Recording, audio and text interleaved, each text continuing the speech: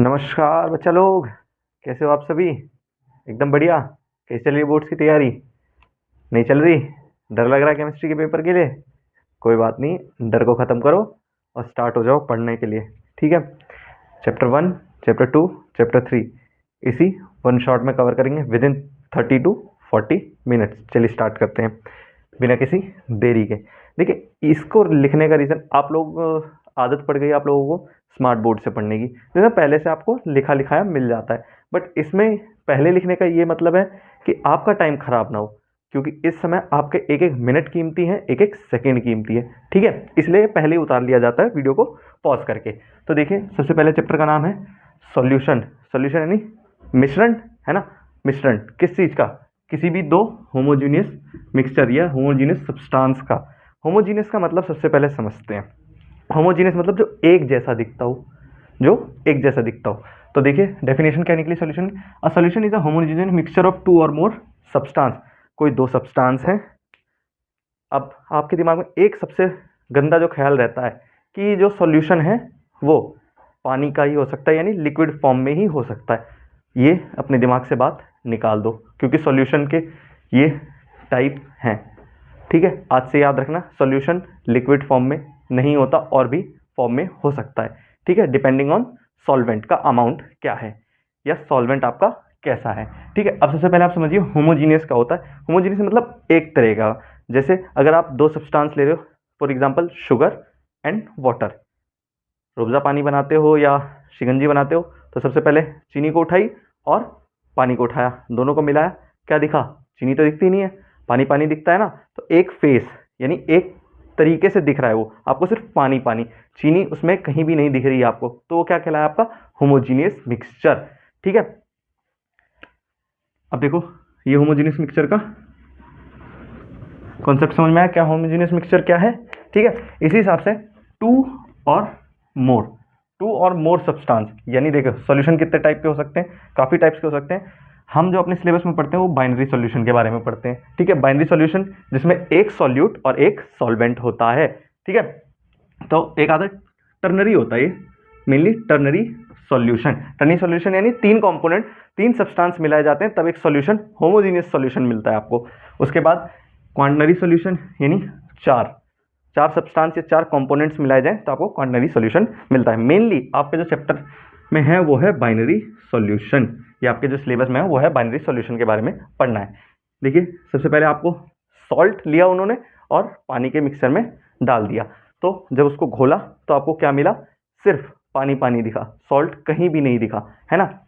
तो सॉल्यूट और सॉल्वेंट, जब आप सॉल्यूट और सॉल्वेंट को मिलाते हैं, जब आप सॉल्यूट और सॉल्वेंट को मिलाते हैं तो क्या कहलाता है? वो सॉल्यूशन।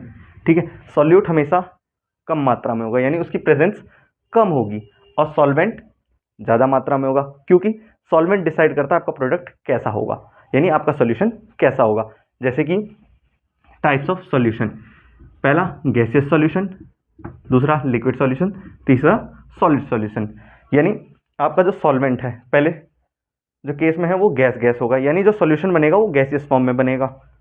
लिक्विड सॉल्यूशन यानी लिक्विड सॉल्यूशन होगा वो। थर्ड सॉलिड, यानी उसका जो प्रेजेंस है, यानी उसको देखोगे जो आप, वो सॉलिड फॉर्म में दिखेगा आपको।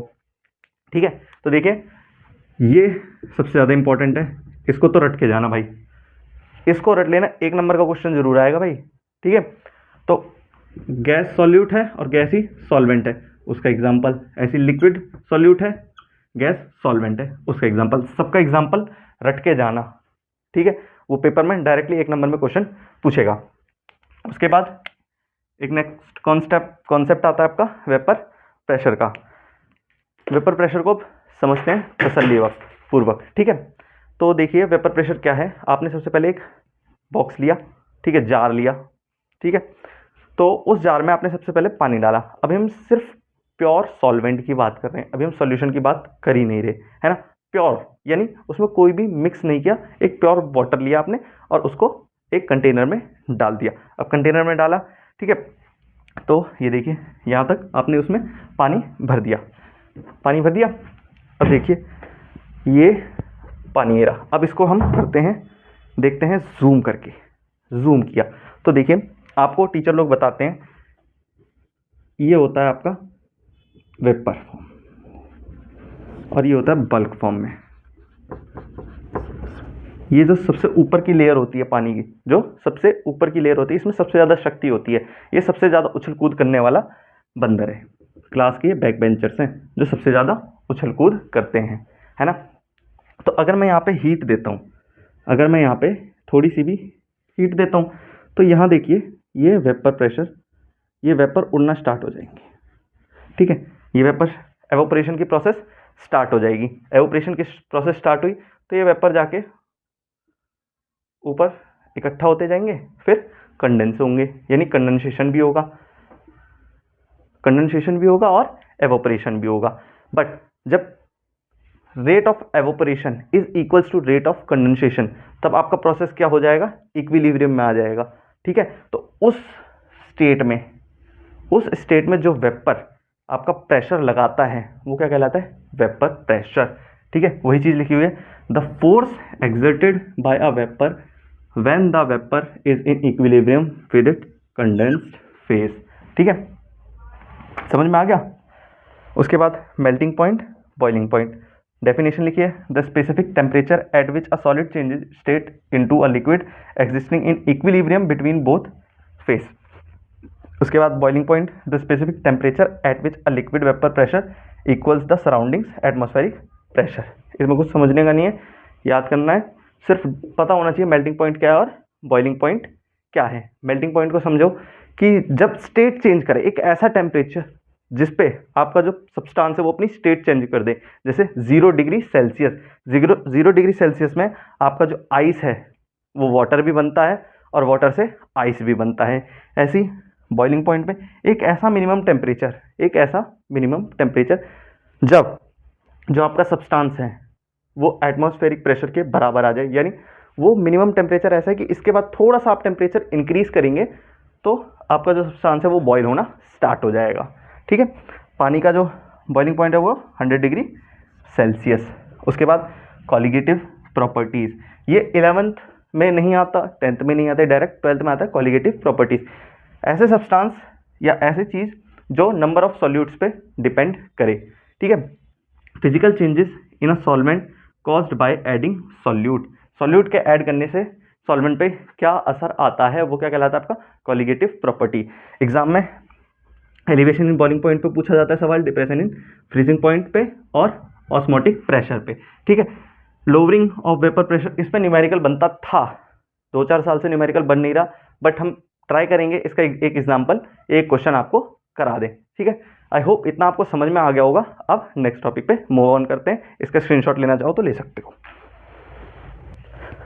हाँ तो देखिए नेक्स्ट आपका ये कॉलिगेटिव प्रॉपर्टीज के टाइप्स आ गए, है ना। तो सबसे पहले देखिए relative lowering of vapour pressure. देखिए ये आता है रेशो, ये आपकी एनसीईआरटी में आपको दिया होगा कि कैसे निकाला गया है इसको, ठीक है। तो इसमें जो इसके डेरिवेशन पे हम लोग जान ही रहे, इतना टाइम नहीं हमारे पास। तो is the ratio of decrease in a solvent of vapour pressure when a non volatile solute is added to the original vapour pressure of the pure solvent. भैया क्या बक गए, समझा रहे हैं, थामो जरा थामो। देखिए ये मेरे पास मेरा जादुई चिराग है भाई, ठीक है। तो ये पहले इसमें अंदर पानी था, इसके अंदर वाटर था, ठीक है। अब इसको मैं आग लगा दूंगा, आग लगाया, भाप बना, ठीक है, समझा। अब उसके बाद मैंने इसके अंदर डाल दिया नॉन वॉलेटाइल सॉल्यूट। एक होता है वॉलेटाइल और एक होता है नॉन वॉलेटाइल। वॉलेटाइल का मतलब जिसके अंदर भाप बने, ठीक है, जिसके अंदर भाप बने जब हम उसको हीट करें। और नॉन वॉलेटाइल का मतलब है जिसमें भाप ना बने, ठीक है, स्टीम ना बने या वेपर ना बने, ठीक। तो इसके अंदर लेट सपोज मैंने कोई सॉलिड पार्टिकल्स डाल दिए। अब काफ़ी सारे सॉलिड पार्टिकल्स डाल दिए, यानी जो भाप पहले बन रही थी, यानी जो वेपर पहले बन रहा था, अब वो कम बनेगा सही, क्योंकि जो आपका वाटर है उसका तो वेपर प्रेशर बनना है, ये वेपर बनना है। बट जब आप सॉल्यूट के पार्टिकल्स ये ठीक है। जब आप सॉल्यूट के पार्टिकल जो कि नॉन वॉलेटाइल हैं, जिसके वेपर नहीं बनते, उसको ऐड करते हैं तो ये कम वेपर बनेगा। तो ये रहा उसका फॉर्मूला डेल्टा पी, यानी कितना कम हुआ, यानी कितना कम हुआ आपका क्या वेपर बनना। तो पी नॉट यानी प्योर, अगर सॉल्वेंट आपका प्योर होगा तो ज़्यादा वेपर बनेगा, अगर उसमें आप सॉल्यूट के पार्टिकल्स डाल दोगे तो कम वेपर बनेंगे। तो ऐसी पी नॉट क्या है, जब आपने प्योर सॉल्वेंट ले रखा है तो वेपर कितना है आपका, और उसके बाद जब आप उसमें क्या डालते हो, सॉल्यूट के पार्टिकल डालते हो, कौन से, नॉन वॉलेटाइल, तब आपका कितना होता है। तो उन दोनों का डिफरेंस आपका आता है, उसी को आप क्या बोलते हो, लोअरिंग ऑफ वेपर प्रेशर। और इसका जब रेशो लेते हो तो क्या आता है, relative lowering of vapour pressure. ठीक है। उसके बाद next elevation in boiling point. तो क्या कहता है, the increase in the boiling point of a solvent caused by adding a non volatile solute. Same वही केस है। अब इसके अंदर पहले प्योर था, अब उसको उबालना आसान था, बट आप जब उसके अंदर नॉन वॉलेटाइल सॉल्यूट डाल देते हो तो उसको आपको बॉइलिंग पॉइंट और बढ़ाना पड़ता है। ठीक है, वही लिखा हुआ है यहाँ पर। फिर उसके बाद डिप्रेशन इन फ्रीजिंग पॉइंट। अगर आप सॉल्यूट डाल देते हो तो आपको और ज़्यादा मतलब टेम्परेचर अपना और कम करना पड़ेगा। ये रहा डिप्रेशन इन फ्रीजिंग पॉइंट। यहाँ थ्योरी आएगी। ठीक है, जो मेजरली क्वेश्चंस बनते थे वो पुराने टाइम्स पे बनते थे, बट इस बार 2-3 साल से न्यूमेरिकल इस पे देखने को नहीं मिल रहे। मेनली सिर्फ आपको थ्योरी पूछी जा रही है, वेंट ऑफ फैक्टर, इन सब पे थोड़े 1-2 न्यूमेरिकल मिल जाएंगे। उसके बाद ऑस्मोटिक प्रेशर, चौथी कॉलिगेटिव प्रॉपर्टी। ऑस्मोटिक प्रेशर को समझने से पहले आप समझो ऑस्मोसिस क्या है। ऑस्मोसिस ये क्या है, मूवमेंट है। क्या है, मूवमेंट है किसकी, सॉल्वेंट की। कहाँ से, लोअर कंसंट्रेशन से हायर कंसंट्रेशन तक। ठीक है, क्या है, the spontaneous movement of water molecules through a semi permeable membrane.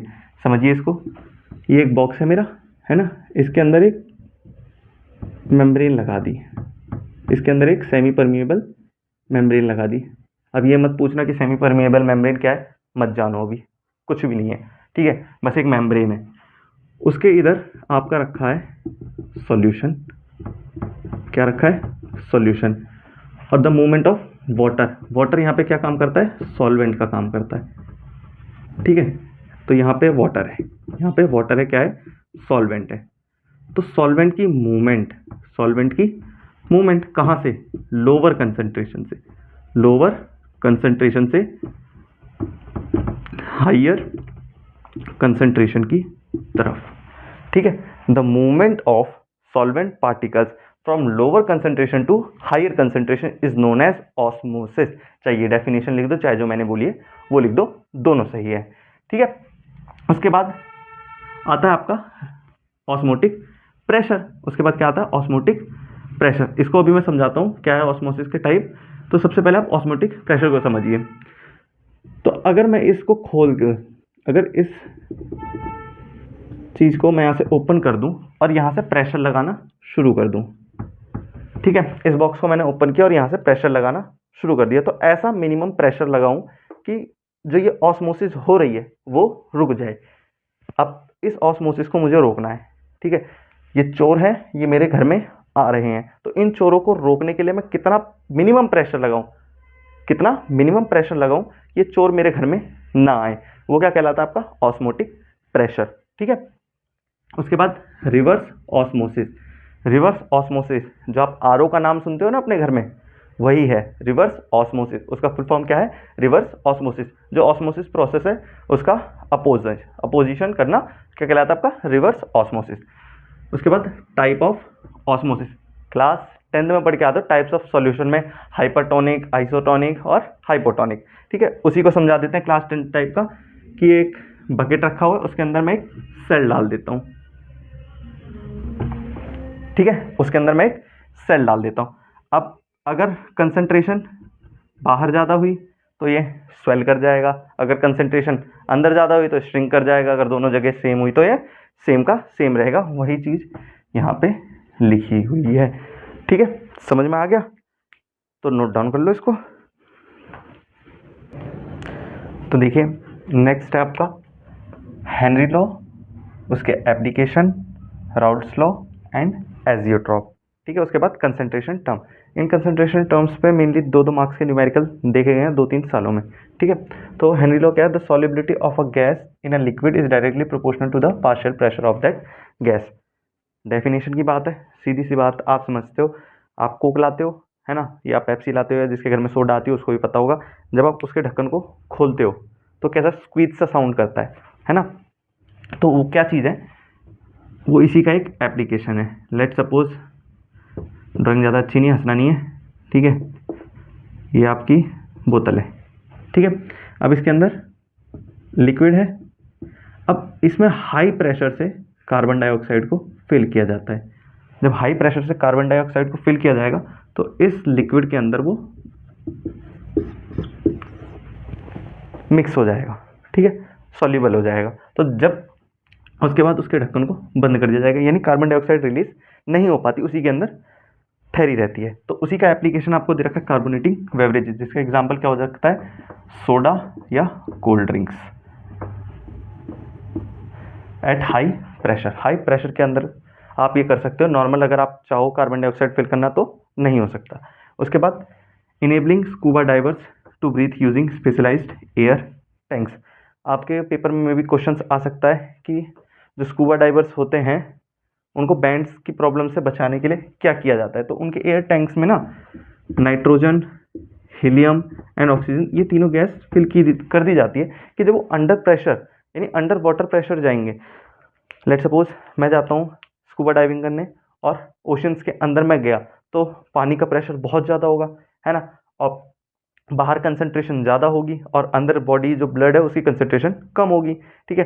तो उस टाइम पे मैं स्विम कर रहा हूँ, अब स्विम करने के बाद मेरी बॉडी ने उसको अडेप्ट कर लिया कि हाँ भाई मेरे को इस कंसंट्रेशन पे रहना है। अब उसके बाद मैं एकदम से ऊपर जाने लग जाऊँ, ठीक है, बाहर निकलने की कोशिश करूँ, तो जब मैं बाहर निकलता हूँ और एकाएक यानी अचानक से बाहर निकलता हूँ तो मेरे ब्लड से मेरा जो ब्लड है और उसमें एक बैंड्स बनना स्टार्ट हो जाते हैं, ठीक है। तो उस बैंड्स को बचाने के लिए हम लोग क्या करते हैं, अपने वाटर टैंक्स में इन तीनों गैसेस का मिक्सचर लेकर जाते हैं। फिर reduce O2 level at high altitude.